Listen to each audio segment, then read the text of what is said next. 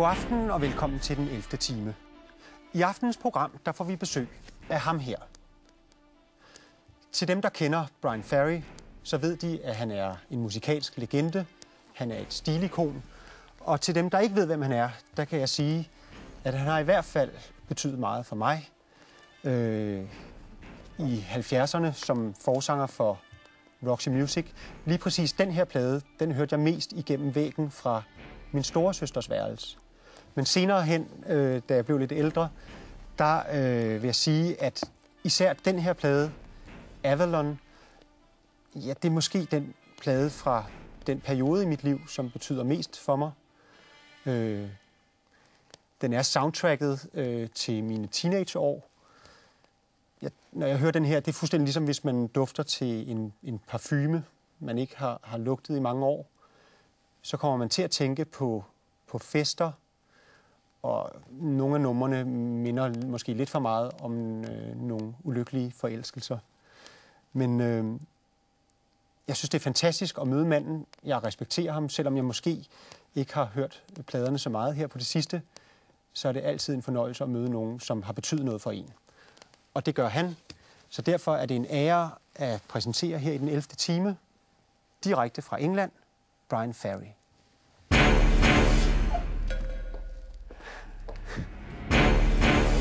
Hi. Thank you. I just explained the viewers that your music was the soundtrack to my teenage years. I had to find these records at the attic. Where do you keep your old Roxy Music records? I keep them in a bookcase, or along with all the other CDs and everything. They're all jumbled together, really. When did you listen to this one the last time?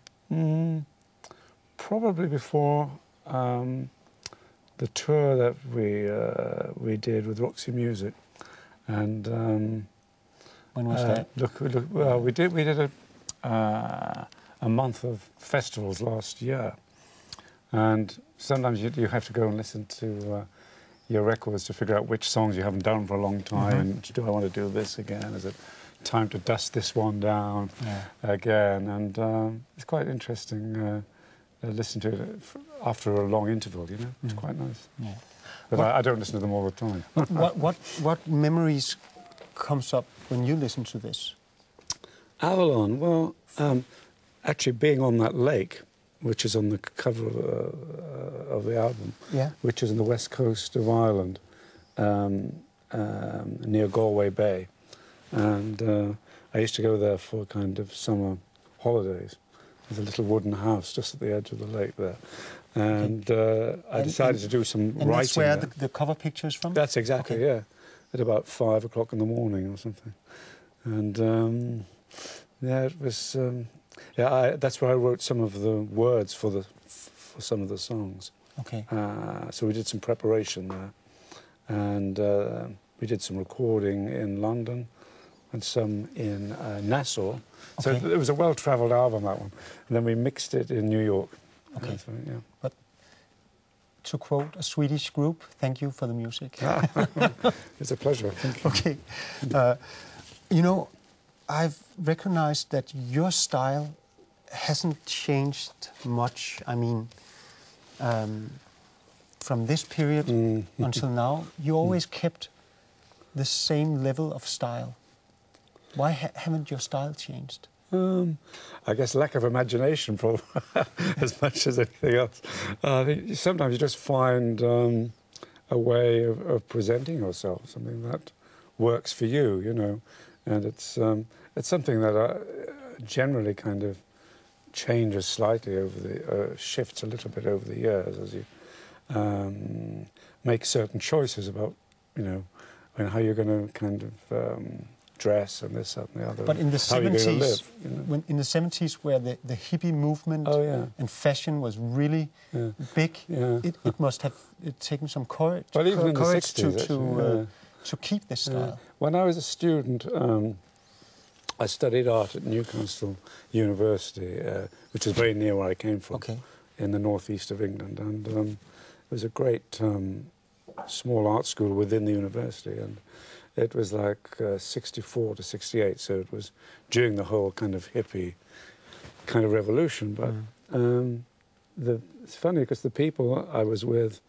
at college, who were all kind of really interesting characters, it was great going from school to university and suddenly meeting all these other people who were interested in art and had the same kind of interests and so on. So you were already interested in style at that time? Absolutely, yeah. And we all kind of sort of stood apart in a funny way from the whole kind of hippie look, you know.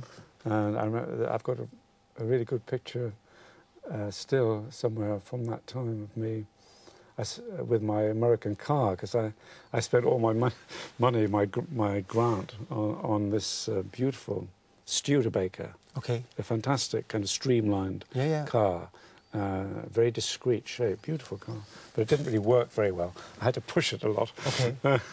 But and I'm standing by the car in a kind of mohair suit, sort of more like a Frank Sinatra type of look than the long hair and stuff. Although I quite liked some of the music from that period, and I went to see, while I was a student, Jimi Hendrix, for instance, who was amazing, who pulled off that whole kind of hippie thing better than anybody else, I think, with the long hair and sort of extravagant coloured clothes and so on. But it wasn't for me. I've seen a quote where you say that you were an orchid born on a coal tip. Ah. What do you mean by that? An orchid? Well, I obviously I come from the north of England, and there's still like a lot of the north in me. But and I think my background, which was a kind of poor working class background in a tough part of the countryside, you know, with sort of heavy industry of coal mining and shipbuilding, that kind of thing.